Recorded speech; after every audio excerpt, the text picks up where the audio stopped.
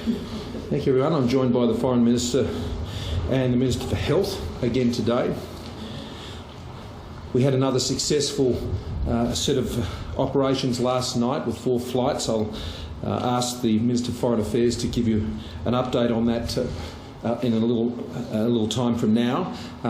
Also today in the Parliament we'll be moving a motion and speaking to it, recognising, of course, the service of Australian men and women who have sacrificed much to serve over the 20 years of our engagement in Afghanistan, and also to recognise who continue to serve there right now in the midst of a very dangerous situation as we continue our operations to evacuate both Australians and Afghan nationals who are visa holders in Australia and working with our many partners around the region.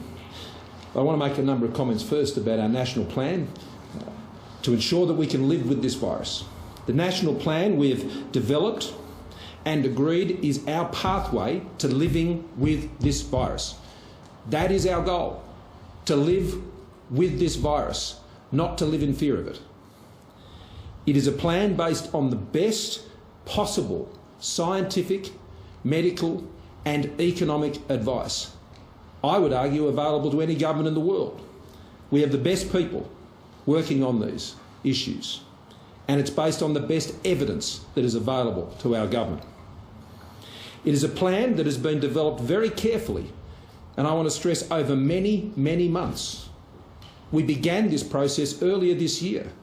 We've been through 2 iterations of the Doherty modelling to produce the national plan targets that were agreed a month or so ago. And indeed, as you will recall, the national plan was first agreed without those targets attached to it, understanding what the steps would need to be, and then with the science guiding our decisions about what those targets should be. We have been cautious during the pandemic, and that has saved lives, and it has saved livelihoods. There's no doubt about that. 30,000 lives saved, 1 million people back in work, as we have combated this virus in all of its strains over this more than 18 months now. But once you get to 70% of your country that is eligible for the vaccine, and 80%, the plan sets out that we have to move forward. We cannot hold back. Our task between that day and now is to ensure that we ready ourselves for that next phase. It means that we must continue to vaccinate at the record paces we are now doing that. We must ensure that our public health systems are ready for the increase in the number of cases that will occur. We must be clear about the rules, the common sense rules that continue to apply post 70% and post 80%, which is factored in to the work that is being done, that has been the basis of our plan. Common sense rules. And we must adjust our mindset. Cases will not be the issue once we get above 70%. Dealing with serious illness, hospitalisation, ICU capabilities, our ability to respond in those circumstances, that will be our goal. And we will live with this virus as we live with other infectious diseases. That's what the national plan is all about, was always about. That's how we designed it, and that's how it needs to be implemented. Because the national plan is our deal with all Australians. It is the understanding that we have with Australians making their sacrifices now and who have made them over such a long time, that sacrifice will get them to the next step. Because if not at 70% and 80%, then when? Then when? We must make that move, and we must prepare to make that move, and we must prepare the country to make that move. The lockdowns now being endured are taking an extremely heavy toll, both on the mental and physical health of Australians and on the economic success of Australia. It is taking a heavy toll, and so they must only continue for as long as they are absolutely necessary and not a day more. It is always darkest before the dawn, And I think these lockdowns are a demonstration of that. But the dawn is not far away, and we are working towards that dawn, and we are hastening towards the dawn. We should not delay it. We should prepare for it. We should not fear it. We should embrace it, and we should move forward together. There will be those who will seek to undermine the national plan. There will be those who will seek to undermine confidence in it. I think their motives are clear. But there are also those who may fear it and have concerns about what it means when you get to phase B and what it means in terms of increases in cases. Our goal must be to help people overcome those fears and not give in to them. Because this cannot go on forever. This is not a sustainable way to live in this country. Without those freedoms that we all cherish, we understand, all sensible Australians understand, that there has had to be restrictions. There has had to be a curtailment of what we can do during the course of a global pandemic. The virus doesn't respect ideologies, it doesn't respect any of these things. It's just a virus, and we have to deal with it. Australians get that. But equally, they also know there has to be a plan out, there is a plan out, and we need to move forward with that plan. These lockdowns, once we reach our goal, we know on the scientific, medical and economic advice do more harm than good. And so it's important that we move as quickly as we can to that next phase. And there is strong progress towards that plan. The Health Minister will outline more of this in a moment. 1.8 million vaccines in just the last 7 days. On a per capita basis, that's on par with the best ever week in the United States and better than the best ever week in the United Kingdom. Australia is hitting those records. In particular, 17.15 million doses have now been administered around the country. And I want to stress that 75% of over 50s have now had their first dose. 85% of over 70s have now had their first dose. Now, this is very important because when we reach 70%, and I had this conversation with the Chief Medical Officer this morning, when we reach 70%, those most vulnerable in the older age groups will have an even higher level of vaccination. And so our concern, of course, in those phases is for the unvaccinated. And that's why we encourage everybody to get vaccinated. But we will know when we hit that 70% and the 80% mark, we will see an even higher level of vaccination rates amongst the most elderly, who are the most vulnerable to fatality as a result of COVID-19. So we have the plan. We are making great progress to achieve the goals of that plan, and that's what I think gives Australians great hope to endure through what will still be a difficult time in the months ahead. We need to stay focused, we need to get ready, and we need to move ahead. Now, just briefly, before I pass over to the Minister for Foreign Affairs, I said last night there were 4 further flights. One is still in the air, returning to AMAB now. Over 450 people we've been able to evacuate overnight. That brings to over 1,000 people, together with the United Kingdom, we've been able to evacuate over the course of these operations. And I want to note that that includes not only Australians, but it includes a large number of Afghan locally engaged employees and humanitarian visa holders that we've been able to get out of the country. In addition to that, there are many women and children that we've been able to get out of Afghanistan in what has been some of the most extreme conditions our people have ever operated in, if not worse. And I want to thank them for the work they're doing on the ground, incredibly difficult work under extraordinary stress. Decisions they're having to make, the care they're having to provide has been truly extraordinary in the best Australian tradition.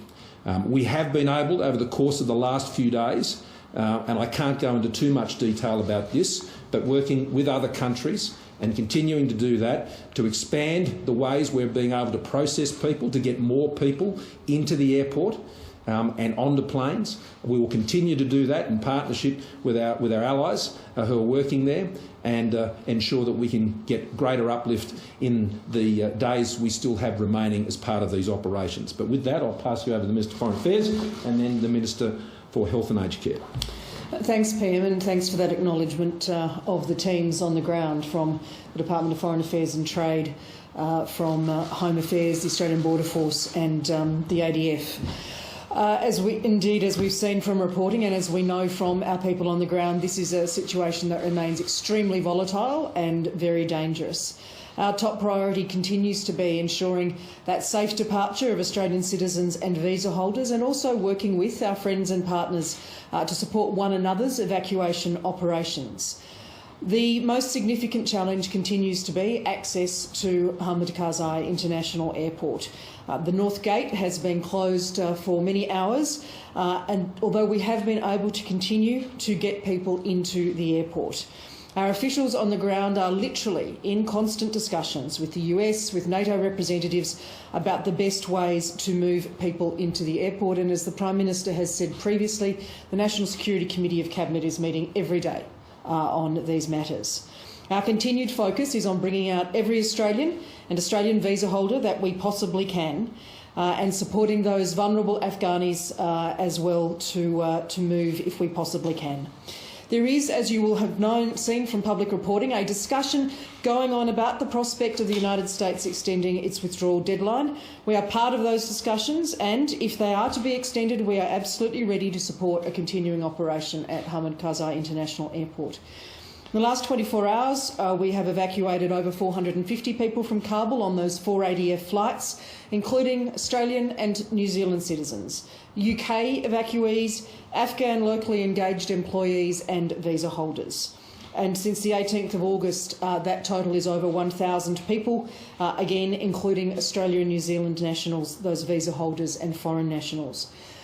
The key to this is the cooperation we are strongly engaged in across every element of the activities, evacuating not just Australians and Afghan visa holders for Australia, but people on behalf of the United Kingdom, the United States and New Zealand. One of our ADF flights on the 21st of August carried 210 people uplifted on behalf of the United Kingdom. More flights are planned over coming days, subject to operational conditions. A charter plane transporting 175 evacuees made up of Australians, Australian visa holders and passengers evacuated on behalf of New Zealand arrived this morning in Melbourne. That takes our total number of passengers returned to Australia who have been through the Al Minhad process to 271. I want to acknowledge and thank the many colleagues, senators and members right across the parliament who are advocating for and supporting so many vulnerable people who are attempting to get to the airport in Kabul and inside the airport. The Department of Foreign Affairs and Trade, the Home Affairs and Defence teams are all working to support this effort and to evacuate as many as possible. We have significant information being shared amongst parliamentarians, with the departments, with my office, and that is helpful to us and very helpful to the teams on the ground. It is certainly an absolutely punishing environment and complex environment for those trying to get to Hamid Karzai International Airport and to get into the airport, and for those helping them. I think it's fair to say, Prime Minister, that we are thinking of them all. Great. Thanks very much, Prime Minister and Maurice. Every vaccination protects one Australian, but every vaccination protects all Australians. And what we have seen is yesterday was a record Sunday vaccination day. It was a record weekend. As the Prime Minister said, it was a record week. And each one of those vaccinations protects an individual, but each one of those vaccinations is something that helps protect all Australians.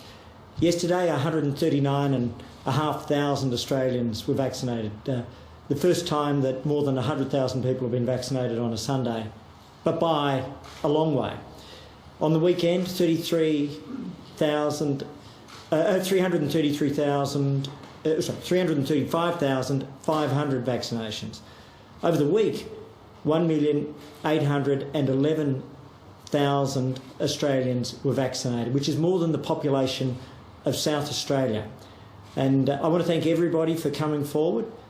These numbers, as the Prime Minister has said, are comparable with some of the highest weekly numbers we've seen around the world.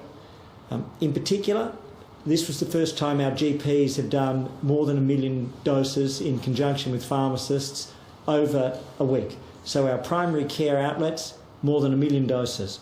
Our first doses are at 52.8%, our second doses 30.3%, and very significantly, over 50s, more than 75%, over 60s, more than 80%, over 70s, more than 85%, and all of those numbers are progressively increasing. Just to note that there's over 8,200 Commonwealth points of presence, including 5,288 GPs who are vaccinating, 137 Commonwealth Vax clinics, 182 Aboriginal community-controlled health organisation sites, and now over 2,500 pharmacies that are out in the field and vaccinating. Each one of those is a Commonwealth AstraZeneca hub. And so just as we look forward, this week there's more than 2.2 million vaccines that have been distributed for use by Australians right now. And over the coming week, we'll be distributing over 2.4 million vaccines for the week beyond. So what that says is that the supply is strong, the distribution is strong, and the uptake is phenomenal. So thank you to every Australian, but please remember the basics. If you are in a lockdown area, stay at home.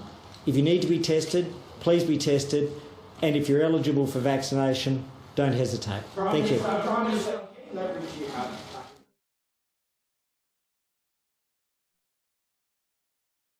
Frydenberg was bluffing when he said the Commonwealth would pull assistance for states and territories that locked down when vaccination rates reached 70 to 80%.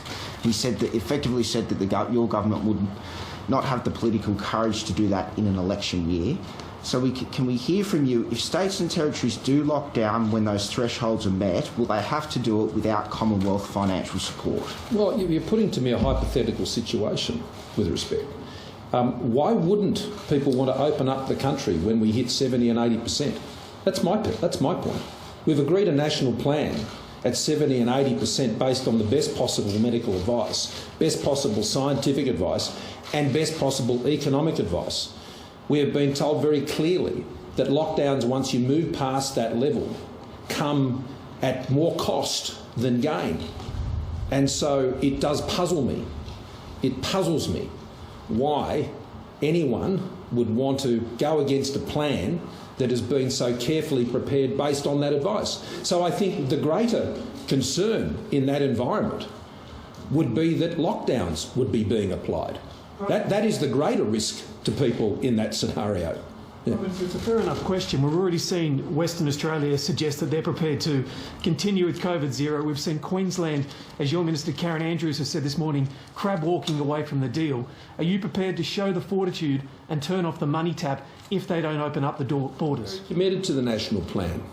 And I tell you what, I think Australians are too. I think 7 to 8 out of 10 Australians who've taken a decision to go forward, get vaccinated, endure these lockdowns, do what's been asked of them, I tell you, they'll be expecting that plan to be put in place.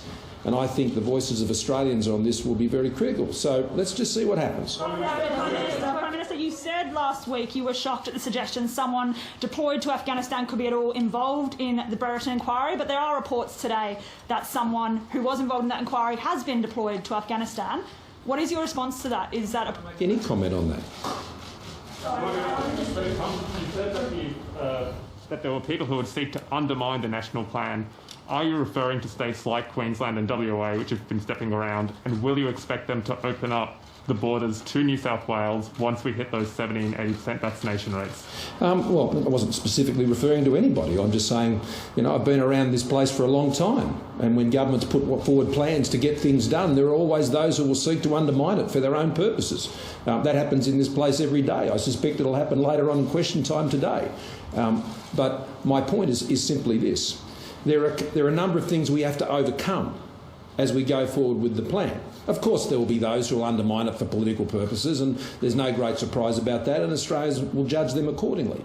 But I think I mentioned one particularly, and that there are those who might fear what would happen after 70%. And I understand that. I understand people will be concerned that cases may rise, and what will that mean? And that leads to the next issue, and that is there'll be those, well, will our public health systems be able to deal with that? Again, a very legitimate issue. So that's my point. To realise the plan at 70% and 80%, the task is not to walk away, the task is not to delay, the task is not to fear, the task is to embrace, prepare, plan, ensure that we're in a position to do that. Now, we've got time to achieve that, and already we're seeing our public health system stand up very strongly. And I would envisage that in the time we have between now and when we reach those targets, that there will be the opportunity to reinforce those plans for states and territories to know that they will be able to deal with this. Because we have to deal with it. Otherwise, we stay in the cave forever. And that's not a sustainable solution. And so at some point, and we have nominated what that point is, we must go to the next level. Chris. On the hospital system, last year when we were locking down, the whole point was to fortify the hospital system to make sure we had the ICU beds, the ventilators, the consumables. So perhaps through you to the Health Minister as well, is all that in place? Do we have, because you've noted that case numbers will increase, obviously the pressure will increase, is the hospital system ready? Yeah, we review this almost on a daily basis, and we certainly review it as part of a formal process through the National Cabinet every Friday. And the Secretary of the Department of Health goes through that exercise and looks at all the various capacities right across the states and territories, their current levels of utilisation. There is a document called the Common Operating Picture, which looks at many of the pressures that go into the system, and that is regularly reviewed. And that has been happening for a very long time. Because you're right, they were the first issues that were identified 18 months ago, and we have never taken our gaze off that, because at the end of the day, that is what most supports Australians and provides that backstop. So, workforce issues, plans of supporting in the contingency circumstances of cases. I don't mean COVID cases. I mean situations where states may need further help or assistance or whatever. That needs to be worked through in the same way that we work national disasters and things like that nature, and the states work together to bring the resources to where they need to go. That's the work. That work enables us to live with the virus, avoiding the day when we hit those rates. And I want to stress, I've put no faith in a calendar. There's no Freedom Day here. That's not what my plan is. I mean, a day is not going to change it. 70% is going to change it. 80% is going to change it. That's the day you get to. That's what actually drives the decision about when you can go to the next step. Now, I'm all for freedom. And the passage to that is based on clearing those gates of 70% and 80%. What day we will hit that?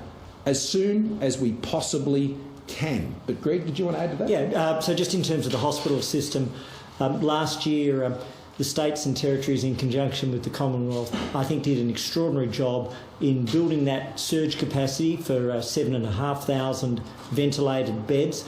At the moment, on the advice that I have before me, it's 36 people in ventilation. That figure will be updated during the morning as the state figures come in. But what we have done is create both a sustainable base and a surge capacity. And that surge capacity, which was put in place last year, these were some of the earliest discussions we had around the NSC in February of 2020. And building that, acquiring the ventilation, working with ResMed, working with international partners, means that we have a strong, robust system. Prime Minister, 13 of 17 Special Forces soldiers have been quietly told that their show cause notice has been withdrawn. Why wasn't this, in relation to the Brereton inquiry, why wasn't this publicly announced by government or the Department of Defence, given how high profile the approach was when they were initially accused? Well, the points that you make, I think, are very relevant, and it just goes to show that there are people making assumptions about these issues and shouldn't be making those assumptions. And there is a proper process we've set up to deal with these matters, and that will be followed. What I do know is there are brave Australians in Kabul right now bringing people to freedom. That's what they're doing, and they have my total respect.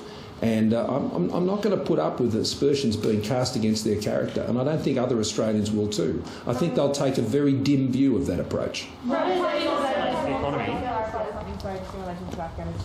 We have reports now from a family that say their family member actually was killed working for Australia as an interpreter. They were taken out by the US, they couldn't get on an Australian plane. They're now in Berlin, and they've actually been told they may be resettled in Uganda. Is that acceptable to you? And what options would a family like that have for resettlement, and how many other families may be in a similar situation? Well, Maurice, Foreign Minister might want to comment on this as well. We're evacuating Brits, we're evacuating New Zealanders. We've offered to evacuate nationals, and including Afghan visa holders from other countries as well, to get them out. And so we're all working together to get people out. That's the priority right now, to get people out of Afghanistan.